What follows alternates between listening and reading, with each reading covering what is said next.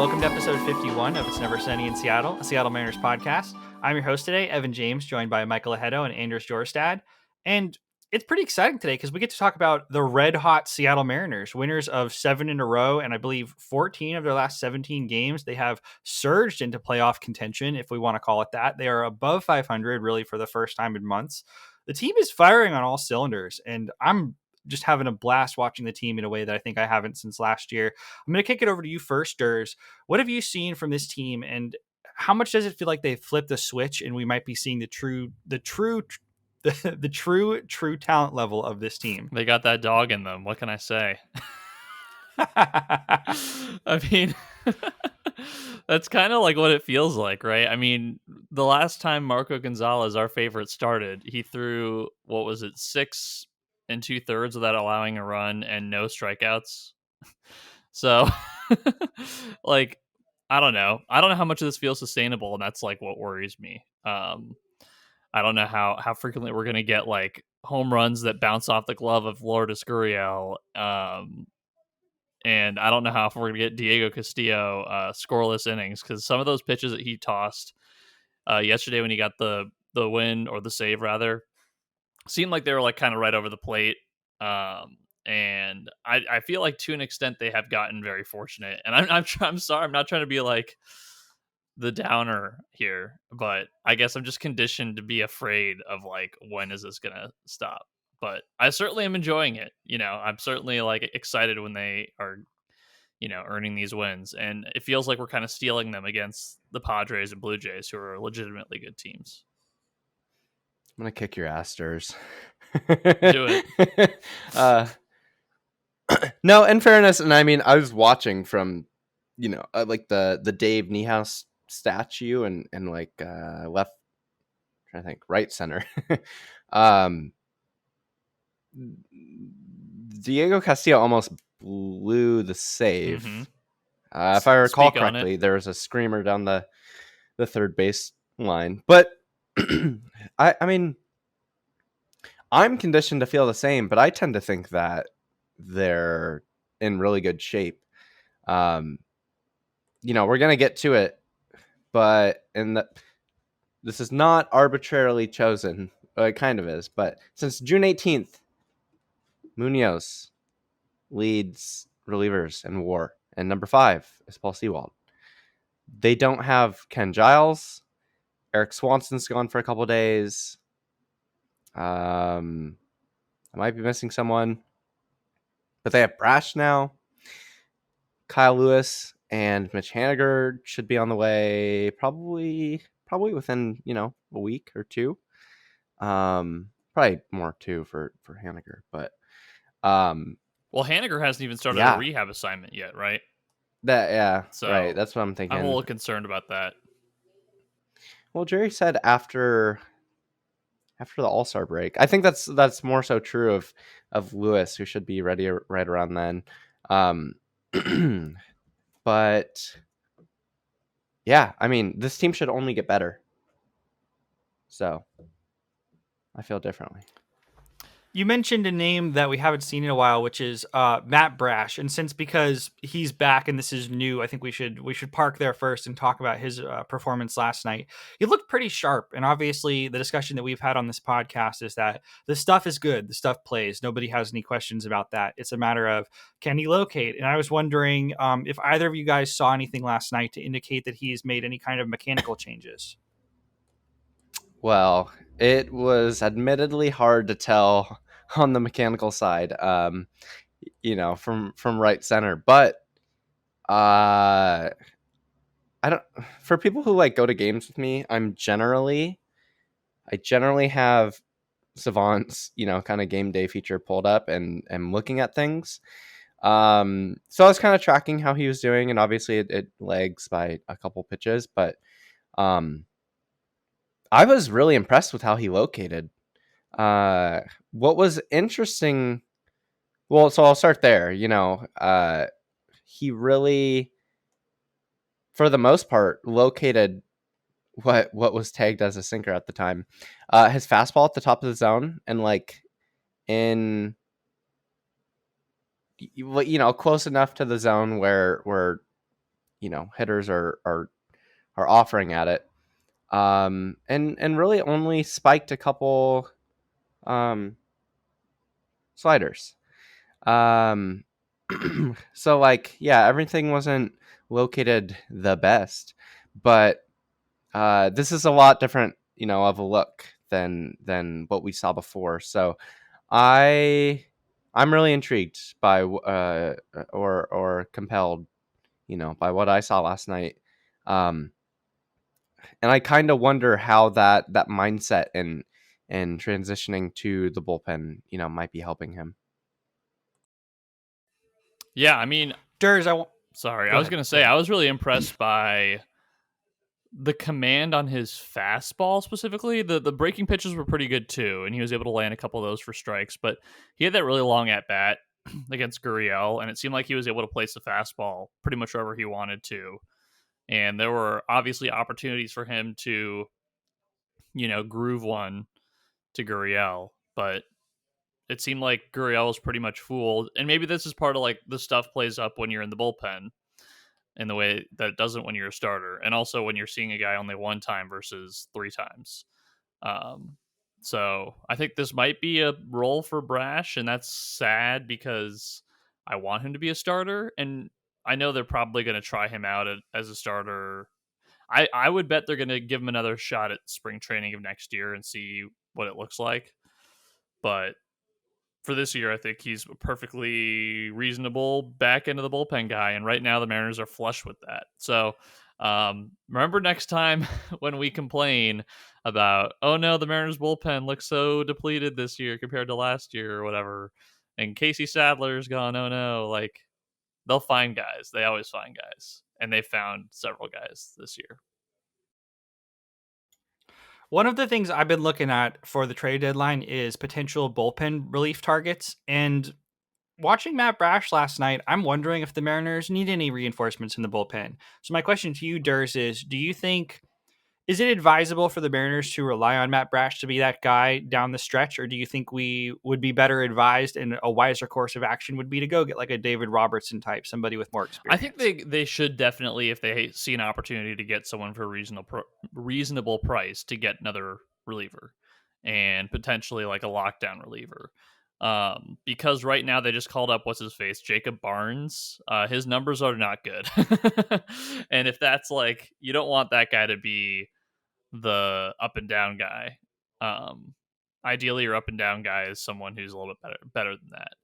So, if Giles is going to keep flirting with injury and what Ryan Baracki is not super exciting, I don't know. I think that it would be nice for them to get a guy. I don't think they need to get like a lot of bullpen help, obviously, but yeah, if they could get a guy to stabilize that back end. I kind of wonder if, and I think we're going to talk about this later, but if they go get a bat, if they don't get a bullpen arm, like that team's best bullpen arm too. Like, let's say, for example, they go out and they get Ryan Mountcastle. If they don't, then ask for Jorge Lopez in the same trade, right? And just try to kill 2 birds with 1 stone. Is Mountcastle? He is on the Orioles, who are very good. Was that a random example? Maybe I'm. So here's the funny thing about me. I always confuse Ryan Mountcastle and Anthony Santander. So which one is the one that people think is going to be traded? I don't know. I don't know. There's something wrong with me, but there's like many players like that where like I mix up X player and Y player, and that's one for me. So, but anyway, if they got an outfielder from the Orioles, that's just a random example basically. But I think that's something they might do where, they get a position player from a team and they get that team's best or second best bullpen arm too. Yeah, I mean, I don't think that they really need. They definitely don't need, a reliever. The bullpen's in really good shape. Like Penn Murphy has been kind of unreal. I'm not looking at the numbers right now, but like one of their best relievers. I think they could stand to benefit from Someone to fill it out, because like Tommy Lemon, Tommy Lemon, Tommy Malone. There's a new nickname. I didn't even know he was on the roster until I was like looking at the roster randomly like yesterday, and I was like, when did he get here? I think for the most part, they're really getting the best out of everyone. If there are shortcomings of the bullpen, I might say that it's like all their good guys throw a sweeper, pretty much. The lone example is Eric Swanson, who throws over the top, and that's something that teams like the Rays do. Is they offer a bunch of different a bunch of different looks, like arm slots. They're really known for having a guy who throws over the top, and then sidearm, and then submarine, maybe a 3/4 arm slot, but not really. So yeah, I guess just to get back to the question, I don't think it's a bad thing that they focus on stuff. I think that should be the focus, and everyone's pretty stuffed up, so to speak, outside of like Baraki and obviously Malone. But yeah, everyone's just really good. It's an uncomfortable, bullpen to face. The one exception, I think, is Diego Castillo, who I don't remember if I've talked about on this pod, but I think his slider is kind of borked. Like, I think it has been for over a year. And I think that might be part of the reason why the Rays traded him. Interesting. Do you think it was borked before the Mariners traded for him, like you said, and that's why the Rays were willing to ditch him? Or do you think that it's something that's kind of developed more with the Mariners as well? I remember looking at it. I think it's worsened, but he used to get like, I don't know, 6 inches of sweep with his slider, and now sometimes he throws it arm side. Like sometimes he gets negative 1 or 2 inches of sweep, I guess. He gets arm side run, which is unique, but I don't think he can locate it as well. I think that's part of the issue. It's just not as good of a pitch. Like, if you think about it in terms of stuff, it's declined. So now he's just doing the same thing, but with that he's always done, but with diminished pitches, I think. So yeah. All right. Well, closing on one more bullpen name for today is Paul Sewald, because Paul Sewald has had something of a resurgence himself over the last month or so. Stuff looks a little sharper, a little crisper, but getting more strikeouts, and is obviously nobody's blown a save in a while, which is great because we need all those wins. We'll take them if we can get them. Have you seen anything different from Paul in terms of the pitch mix, in terms of the stuff that you think is sustainable in terms of him being the guy he was last year again? I presume that means me. Yeah, far be it for me to talk on Sewald. Hey, you got anything to say? You're more than I would never. You are the authority, my friend. I don't mind that. I'm trying to think. I mean, he's throwing his slider a lot more this year, which is interesting to me. I was actually looking the other day because it's been so weird to see his strikeout numbers go down. And I think part of it is that his fastball just, hasn't been as insane as it was last year. Which is probably why those whiffs have gone down since last year, or the strikeouts. But just in looking at it, I kind of wonder if he, he throws like a riding, sweeper, a riding, slider that we've talked a lot about. It gets more lift, it gets more ride, which is kind of weird to talk about, but than your average breaking ball. I kind of wonder maybe if he's throwing it too high, like vertically on average, if that's maybe taking away from his fastball. I'm not necessarily, sure. And actually I can look and see how that's trended over the past couple months. Like maybe that's something he's adjusted. No, he's throwing it higher as the year goes on. So I'm not sure. I just think it's kind of a weird hiccup, as I see it, and that he'll just continue to kind of do his thing. One thing I'm really interested in is he's actually, and maybe it's just a statistical, kind of like this will regress, but something he's been doing this year is inducing a lot of pop-ups. About 16% up from 12%. So,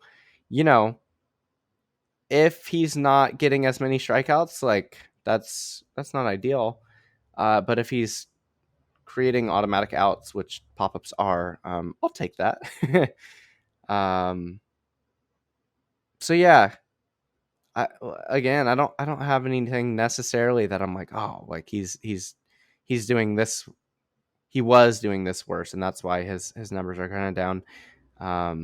Yeah, I think it's just kind of, things will adjust as time passes.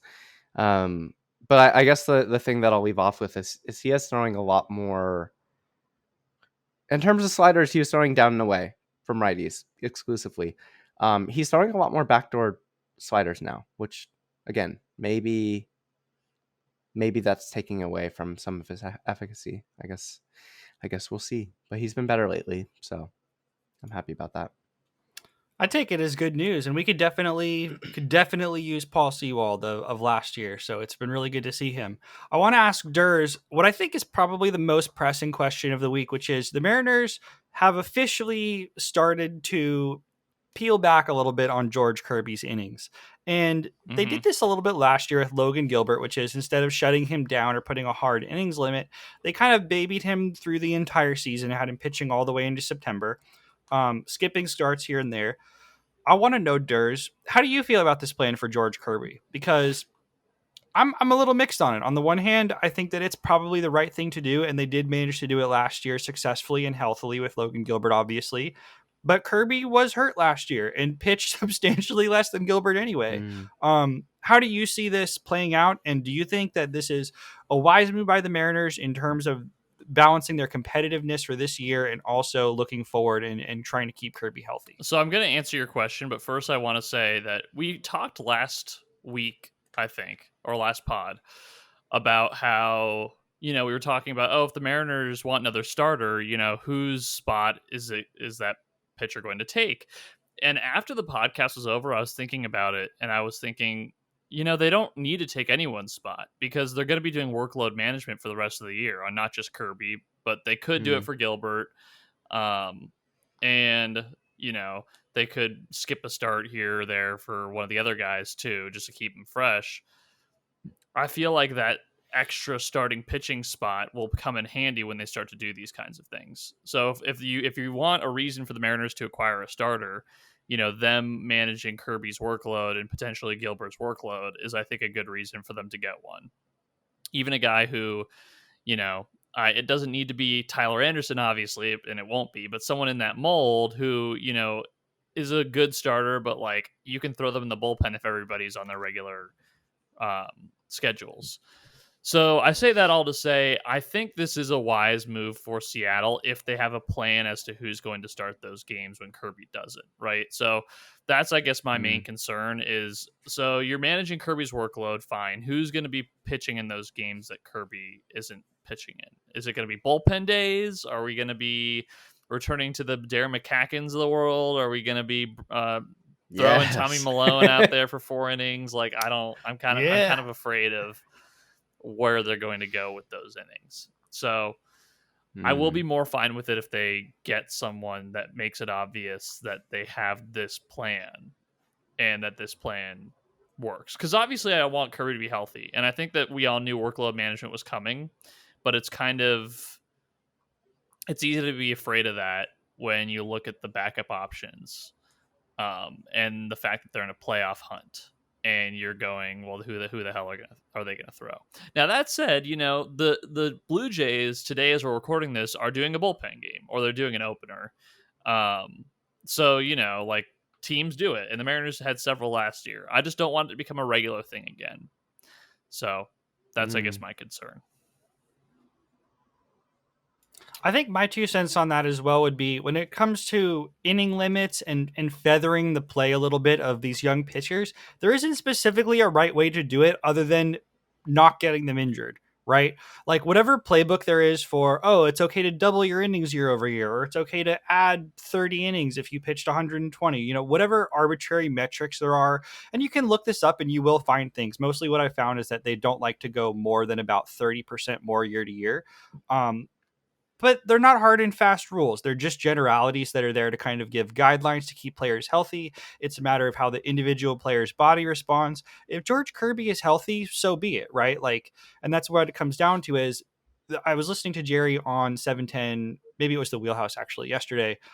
New episode of the Wheelhouse, by the way, good episode. And, they were talking about Kirby and kind of feathering that workload. And he was like, we did this with Logan last year. Everyone was kind of panicking. It was like, dude, he's fine. His arm is fine. He's healthy. If he's not, he's going to let us know, and we're going to run him out there until we hear otherwise. And it went okay. So while part of me is nervous just because Kirby threw 70 innings last year and has already passed that by 2 full starts. So yeah, right. Like, I don't like hearing that, but so far so good. And I do trust the team and their pitching development system to listen to him and to not throw his arm out so far. And they've earned the benefit of that doubt with what they did with Logan last year. Is that fair to say? Yeah, I kind of wonder if they don't get another starter, if it wouldn't be a bad idea to yo-yo Kirby with Taylor Dollard or Levi Stout. And whenever you're sending one of those 2 guys down, or whenever you're sending Kirby down, call one of those 2 guys up to spot start. Especially Dollard, who seems like he's ready. But I don't know how many innings Dollard has left this year, but if he has a significant number left, like I feel like that would be a good use for them. Because I don't really want them throwing Brash back out there as a starter. Also, they're not gonna. Yeah. I was actually just thinking that it would be hella fun. Not Brash, like Stout or. I don't think Dollard hasn't even hit AA. So Dollard's been in AA, dude. That's where he's been doing his work right now. He's got a sub. Oh, sorry, I'm thinking of Bryce Miller. No, I'm thinking of Bryce Miller. Yeah. Yeah, maybe you could do it. Good thing we don't have Tyler Anderson. It would have, really not. We couldn't have used him. We're so insufferable about that. You realize he would be the best. He would be the best pitcher on our team by WAR. He actually would. Yeah. He's pitched better than Gilbert this year, which is just insane. The Dodgers also made a deal with the devil, and that any pitcher they get will just become like amazing. Yeah, it's hard to. I mean, he changed his changeup, but his fastball has always been, his pitch, and it's back. I think it has to do with getting sticky stuff back on the ball, but yeah, really could have used him. It's weird. I mean, I don't think the Mariners should be wedded to Flexen or Marco, but they are. Well, I think more Marco because of the contract, right? Because he's being owed. It's also a contract that's like increasing in value. I think he'll be owed like $11 million a year here pretty soon, which is just a lot to pay a guy who you're not going to start. I think he's only under contract for 2 more seasons though, so it's not that long. Like even if it is a sunk cost, it's not for a length of time. Yeah, and hashtag not my money. So we did talk. Yo, about he's this. so boring. He talked about it. He induced 2 whiffs. No, but you know what's funny is that like if the Mariners traded him or like gave him up, he would go to San Francisco and they'd turn him into freaking Dallas Keuchel. That would be very annoying. Somebody threw out a Jamie Moyer comp on the radio the other day for Marco, and I was like, no, because Jamie Moyer like had the deception to strike people out, even though he had no stuff. Marco just doesn't. Marco is incapable of strikeouts. It isn't in his repertoire. It's so weird because his ERA is like what, like 3.1 something, like 319 or It's something, really good. and it's like it's mystifying because he faces off against like the Yankees or like the Red Sox, like a really good team, and he's just like 7 innings, 2 runs, 2 strikeouts. It's so weird. He's always kind of outperformed his peripherals, but he's the worst don't know. fantasy baseball starting pitcher of all He's time. Like compared to a real value. Well, as someone who's in 4 fantasy leagues, he's the guy who is on the wire and gets picked up the day before every start and then dropped the day after. Mike Leake. All right, let's answer B's question before we talk trades, because I think the deadline stuff is gonna take over the conversation, not just at the end of this podcast, but probably for the next few weeks as we go through some names. But B asked the question: aside from obviously Julio, who is the hands down pick, are there any players on the current roster who you would give an extension? I think probably the big number 2 answer is Logan, right? Mm-hmm. Given how he's pitched the last 2 years, you can definitely see the team extending him. Ty France is an option, even though his contract still goes for another couple of years. Those are the 2 for me. Who would you guys say? This is a great question, honestly. It is. I think Julio. Well, so first of all, if they extend anybody before they extend Julio, I think there's going to be riots in the street. But, I mean, I kind of like France as my pick because I'm always wary of extending starters, especially before you have to. In my opinion, you shouldn't be giving a starter an extension until they're in like their second year of arbitration. So just because like you never know with those arms, man, what's going to happen to them. So Logan won't be earning, Logan's in team control for a couple more years.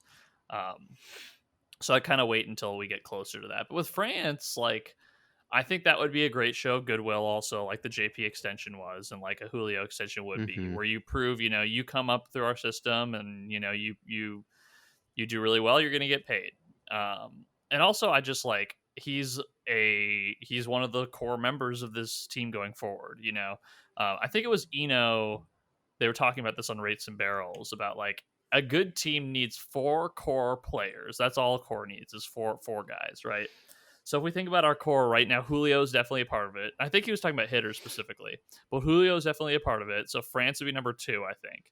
JP is like, I don't know. Yeah, maybe. I guess he is. I mean, if he's gonna hit, 115 WRC plus with elite defense, that's probably a core player.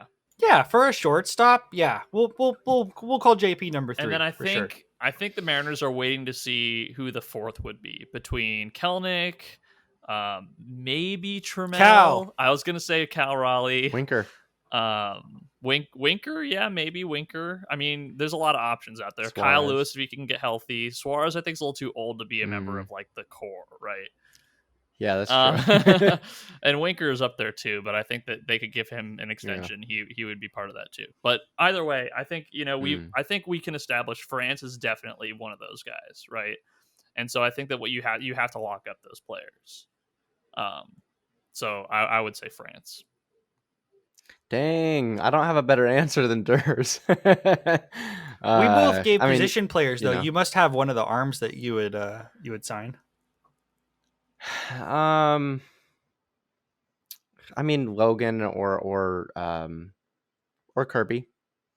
I think what teams often do is they'll buy out their arbitration, but the overall contract, so they kind of save in the long run. You could give Logan like a Blake Snell contract, right? Like a 660 or 770. Yeah. Which is like nothing. I think this is the number that's been in my head ever since the Mariners acquired Mike Leake, but like a number 5 starter goes for 16 million, and that was back then. So yeah, that's 10 million. Not to fucking peddle bullshit for the Mariners ownership. I don't need them to sign people to whatever, but deals, yeah.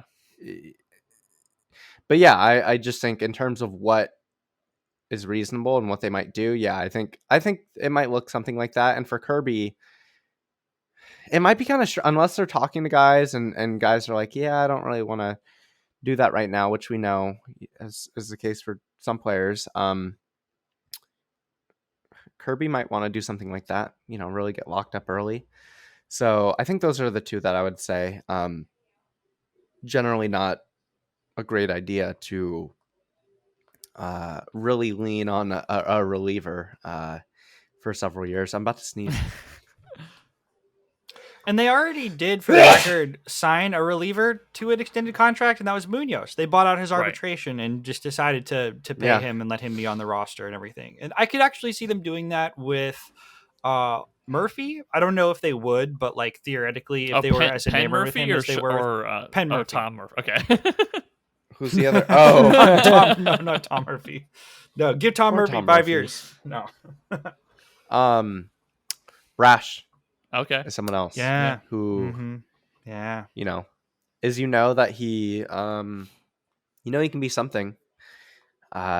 Just based on stuff alone. I don't know if he wants to sign that. Maybe he does after those starts that he had earlier in the year. But I think those are like my three. Yeah. I think they're probably Muñoz, working diligently on a Julio extension. I bet they're in talks about Hopefully. that now. Or maybe they'll wait till the end of the year. But anyway, can I totally sidetrack us for a second? This wasn't in sidetrack. This was not on the rundown. But I saw this question from I actually don't like this guy, but Buster Olney. He was talking about the Angels are in a death spiral. Which, first of all, we should dance on their graves a little bit. It's freaking amazing. Are they going to fire Phil Nevin too? That'd be so funny. It's funny because like the brawl like propelled the Mariners, it seems like, and the Angels started the brawl, but it like really like I think put a chip on the shoulder of the Mariners, and it sent the Angels into a death spiral, which is hilarious. But anyway, so Buster Olney was talking about how Ohtani's a free agent at the end of 2023. And you have to think that, like, with the way this year has gone, why would he want to stay there if he doesn't have to? Like, he's gonna test free agency, I feel like. Do you think the Mariners would be a player in that market, or do you think that that's going to be a top dogs only type of thing? Other people can offer them better prospects. Sorry, up, right? I'm talking about when he's a free agent, not trade. Okay. Yeah, you think so? You think that the Mariners are going to be willing to like give the biggest contract in MLB history? I hope they would. Agreed. What's the point of all this penny pinching if you're not gonna shell it out for a generational? It's true. We know how badly player. Dakota wanted Ohtani too. Like, you have to imagine the second Ohtani hits the market, unless he's like, if he's doing anything close to what he's doing now, and Ohtani hits the market, you have to imagine Jerry is going to be like begging Mariners ownership to give him enough money to make it happen. I mean, he gives you instantly two things that you so desperately need, which are an elite starting pitcher and like an elite hitter in the way that Ty France is like not, I suppose. Right. Like Ty France is going to get is often going to hit a single or double, but Ohtani's much more of a Julio-esque hitter, honestly. Yeah. Kind of, yeah. And Julio's going to be that too, but talk about core players. Yeah, I know. Julio and fucking Ohtani. Julio threw a ball from the outfield 100 miles an hour the other day, and I'm just like wondering if maybe we've been putting too many ceilings on him, and we should be trying him out on the mound. Like, why sign Ohtani when we have? Actually, it was 99.3. He threw 99.8. 99.8, right? That's right. Yeah. That's insane. And like, I'm kidding about trying him in the starting rotation, but like, only kind of. Okay, I pitched an article to 538 to write about him. And I'm going to put that in. Is Julio Rodriguez a 5-tool athlete or something, or is he the next 5-tool athlete, something like that? That actually was going to be kind of the angle, because he's got all 5. Maybe not. I'm the only tool I'd be worried about is the hit tool, to be honest with you. I'm not sure he's going to be like a 270 or a higher hitter for his whole career. I kind of wonder if he'll be more of a 250, 60. I mean, 260, 270 is kind of my thought there. I don't want to put a ceiling on him. Yeah. Real quick, when we mentioned this in the Discord, but Julio is on a 6-win pace this season. Yeah. Like, good God. Yeah. And I remember, in the preseason talking about, the projections and them being like, yeah, he's probably a 5-win player already. And I think it was good, that I was like, let's chill out. Like, let's expect a league average hitter for now. But he has been that. I wanted to go back to Shohei too for a second to say something about him, but I forgot what I was going to say. I feel like the Mariners would be outbid on Shohei. I just like the Dodgers, Mets, Yankees. Like, you have to outbid all three of those teams. Like, I don't know about that. If you think about how the Mariners develop players, they're going to be able to crank out pitchers. It seems like, both relievers and starting pitchers. You should be going after guys like Shohei, and although he's a pitcher hitter, that shouldn't count against him.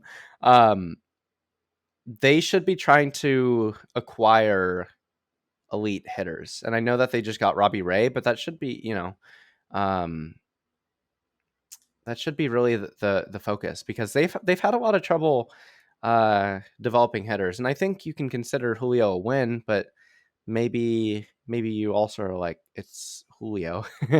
Like, if they don't develop Noelvi Marte, maybe that's a little troubling. Kyle Lewis is a win. Evan White, it's like, oh. Yeah, it seems like a shortcoming of theirs. I think that hitting development is lagging behind pitching development on the whole. So I think just, across the league, but with the Mariners too. So I think really a focus on acquiring, those upper echelon hitters should be a goal. Well, in the interest of talking about upper echelon hitters, I think we should close today on some trade names, because the Mariners have really 3 guys playing second base, and none of them are very good currently, in Toro and Dylan Moore and in Frazier. And as much as I've stared at the Fangraphs pages for second baseman over the last couple of days and come away a little dismayed, feeling like I don't know if any of the names on there are as available as I would like. There is a guy who I do like, which is Ketel Marte. And I wanted to ask 2 things. One is, who do you guys have your eyes on? And 2, what do you think is fair for the Mariners to trade? Because even within our Discord, there's disparity between people thinking we should make a trade and people who don't want to trade Noelvi, or maybe, Hancock, who don't want to deal out of that upper end of our remaining prospect value, as it were. My honest opinion, straight up, is that there isn't anyone in our prospect system I wouldn't trade right now for a good upgrade. I really wouldn't. I don't think anyone is untouchable. The closest is probably Arroyo, and I would still trade him if I thought that the Mariners were going to the playoffs this year. Oh, I would trade him easily. Yeah, same. Yeah, he's 18, 19. So, I guess Durs first. Any names as far as trade targets, infield, outfield, wherever, and who are you thinking of trading on our side? I will say, first of all, that we had a great discussion in the Discord yesterday about second base in general. So that was a fun time. I was basically positing that outside of like the oasis that was Robinson Cano, the Mariners have not had a steady second base presence in a long time. And Aaron was pointing out that it's probably been since Brett Boone in the early 2000s that the Mariners have really had a second baseman that we trust, day in and day out. So to me, Jose Vitro, Nick Franklin. Oh boy, remember some guys. Ackley. I just want them to get that position figured out, because there's nothing on the horizon for the team either in the farm. And I guess like you could go get Trey Turner in the free agent market, but I really don't know if I don't trust them to do that. So I say all that to say, this was also a trade offer. I think King Hippo was saying, would you do Marte for Marte? I think it would take more than Marte for Marte. I think it would take more than Noelvi to get Ketel Marte, but Yeah. Let's say, for example, like Noelvi plus Levi Stout plus something smaller, like I don't know. I don't want to say Joe Rizzo because I feel like that's a cop out, but like Zach Deloach, C level prospect. I would do that trade. I think. Mostly, In a So. heartbeat. I think it would mostly cost that much because Ketel Marte is locked up for several years. Not necessarily because of the talent. I mean, he's a good talent. At his best, he can be one of the best second basemen in baseball. So that's why I think it would be a steeper cost than just Noelvi. But I think I would do that deal. And I will say Noelvi's been heating up. So if you're concerned about Noelvi, he's been hitting a lot better recently. Yeah, I mean, I would do that. I'm also just like, it's like I don't want to say I wouldn't do that. I just if there's someone that you can acquire that's not Ketel Marte, like, because I really like him. But, and by the way, I'm looking at things on my phone because I don't want my computer to slow down. But he hasn't, like, he's flashed being, a superstar. He's flashed being a star. But he hasn't put it all together. And I don't know. I just kind of don't know if he's ever going to kind of be consistent enough where, like, 2019 and 2021, he was a really consistent hitter. He was a really good hitter. I don't know, like 2020 and this year, he's not hitting the ball hard consistently, like, at all. So I think it's kind of a when you think about like sweet spot percentage, I think he's just not hitting the ball optimal angles. Switch hitting's hard. So I would do that, but I think it might be judicious to. I'm trying to think of different idioms, and they're just not coming to me. Put those eggs in a different basket. Right. Is that it? Is that an idiom? That is an idiom. Because he's not like it's not someone that you're gonna acquire, and it's like game changer. He's been fine this year. He's been an above average. No, but hitter, I think it's like game changing potential. If he figured, like, he's flashed the ability. Yeah. But maybe it was a juice ball thing. Like, maybe he's one of the guys who's been hurt more by the de-juice ball than a lot of players. So if that's the case, then maybe it's just a long-term problem. Just in a vacuum, as his expected numbers aren't as good, So I don't. It's yes, that's part of it, but also no. I think he's legitimately, kind of struggled relative to then. So he's been hurt quite a bit too.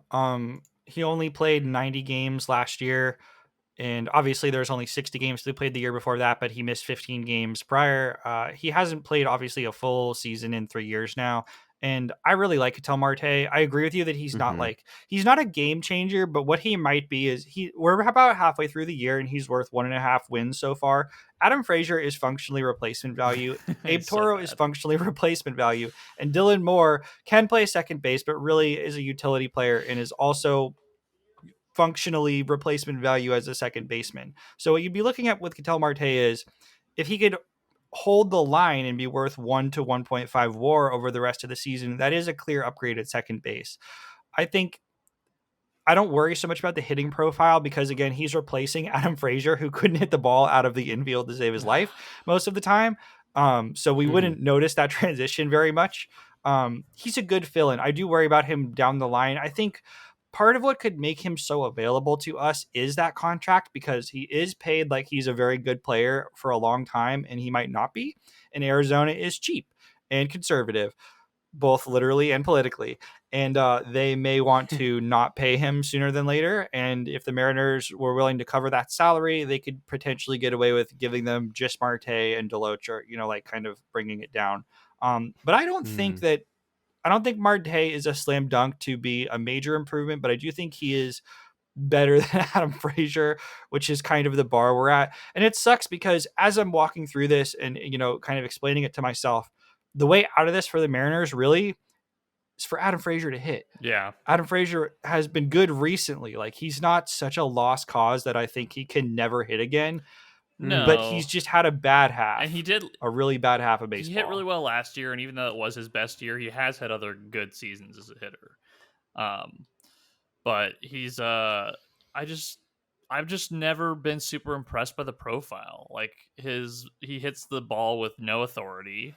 And we knew that when we acquired him, which is why I wasn't like in love with the acquisition. I mean, when we got him, the cost was actually pretty low. So in that regard, I was, but I think we all remember saying, you know, like, if he is supposed to be the starter at second base, we're a lot less excited than if he's like the move around super utility guy, which is, I think, what we were hoping he would be. And I think that if they can make him that again, I would be fine with it. You know, if they make him a replacement guy who can pinch run, and maybe he pinch hits for the catcher sometimes, you know. But I think they very clearly need someone else. And I don't blame the Mariners for having come into the season thinking between Frazier and Toro, one of these guys is going to be, you know, at least an average big league second baseman this year. And it sucks that neither of them was.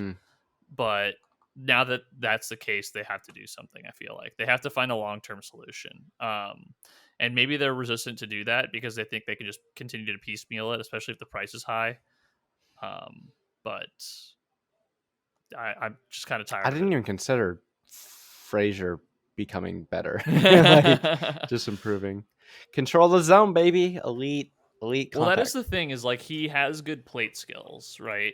The only problem is that he just doesn't make enough authority, and you can't really teach that. That's a harder thing to teach, is how to hit the ball harder. That's fine. Ty France doesn't always hit the ball with authority. So that was another discussion that was had in the Discord, was like, do we move France back to second base to solve this problem? No. For the record, that wasn't a discussion we wanted to be having. It was something that Scott brought up, and I almost had an aneurysm. Yeah. I was thinking, what? Yeah, well, here's the issue that they have, is that they have Santana now. Santana functionally took the DH role from everyone because he's not really supposed to play anywhere in the field. He can technically play first base. That means that Ty France can't play first base, which means Ty France has to DH. But hey, maybe you want Kyle Lewis to DH, which means, Ty France has to play the field. So this is how we get here. Do I like it? No. Do I I really don't like it. But yeah, I realize that team might hit really well. Kyle Lewis at DH, Santana at first base, Ty France at second base. They might rake. They also might give up a lot of ground balls. I'm doing like the real-time kombucha girl expression gif in my head right now, where I'm like, France at second base, though. I mean, Perry Hill might be able to work with that, you know? Like, the only thing Perry Hill couldn't do is fix Frazier at second base, because he also has been fielding like crap recently. But you know, Hill has been worked with France at first. Like, maybe he can work with France at second again. I don't know. Like, if France can be an average defensive second baseman, I say go for it. I just don't know if he can be. If he can be a below average second baseman, I say go for it. Just not a disaster. Yeah. Well, and I don't think he was. Remember when we got him, he was a third baseman. And they were like, he's probably more of a second, first. And then they moved him to first because White couldn't get healthy. The other thing here is Santana is not necessarily a good hitter. Like, we don't know that. He has struggled a lot this year. For the Mariners, it seems like, I haven't looked at his numbers, but it seems like he has been. I think he's a league average hitter, and that's not a guy I feel like you have to get in the lineup at all costs. But league average is a lot better than what we've been getting at second base. Well, and you also have to put your best guys out there. So I see it. I'm trying to pull up his Ty France's outs above average when he was at second base. Because, he wasn't a disaster, but, man, it also sucks to keep moving him around. So I think there's a lot of things here. The timing on the Kyle Lewis concussion really sucked, because I'm glad Santana's here, because I do think he is a good hitter and a quality player for this team. But he doesn't have that much of a role when Kyle's back, if and when that happens. And so that squeeze, we really want to prioritize giving Kyle Lewis at bats and giving Taylor Trammell at bats and eventually giving Jared at bats. It just sucks because for different reasons, they either haven't been very good or haven't been able to play because of injury. And so even though we want those guys to be at the front of the line, we're having to put Santana and whoever else in front just because of availability. And I understand that in a vacuum, we all want the kids to play, and I want the kids to play and want the kids to succeed. But we are at a crossroads now where the Mariners did cross 500 a couple of days ago and are actually good now and do need to try and play to win. And that may necessitate they play veterans with lower upside over some of these kids who are awesome. Everybody knows I love Kyle Lewis, but he's played 4 games this year. I don't know. They got to be here for it, right? They got to be here when they're on the roster too. And Kyle Lewis is on the roster. I will worry about how this shakes out. We were talking before the pod that his rehab is kind of an interesting project so far. So I'm content to wait and see how this all plays out. Do we have any other final thoughts today? We're a little over an hour. What do you think? Andres Muñoz rules. Yeah, I love him. Julio is perfect. Julio can. We'll wrap it there. Julio can do no wrong, and hopefully we see Kelenic soon. Yeah. But it seems like they're taking their time with him. So please take your time with him. Yeah. Honestly, he doesn't have anywhere to play right now, so it's okay if he's can't be pushing Sam Haggerty off of the outfield. Trade for someone, Jerry. I'm begging you. I want to win. All right, we'll leave it there for today. I'm Evan. You can find me on Twitter at Evan James Audio. You can find Mikey on Twitter at Kuya Mikey. Although, did you change your handle recently? Am I wrong about that? No, you've just been getting it wrong. It's _Kuya Mikey. _Kuya Mikey. Gotcha. You can find Anders on Twitter at Anders Jorstad. You can find the podcast on iTunes, Stitcher, Apple Podcasts, Spotify, wherever you get podcasts, wherever it is you stream. Additionally, please support the podcast on Patreon at patreon.com/NeverSunnyInSeattle. I will also leave the Discord link so you can chat with us and ask questions and interact with the community. We've been having pretty bustling conversation on game days and just in general, especially coming into the deadline. So definitely be a part of that. Thanks for listening. Go Mariners. Above 500, playoffs inbound.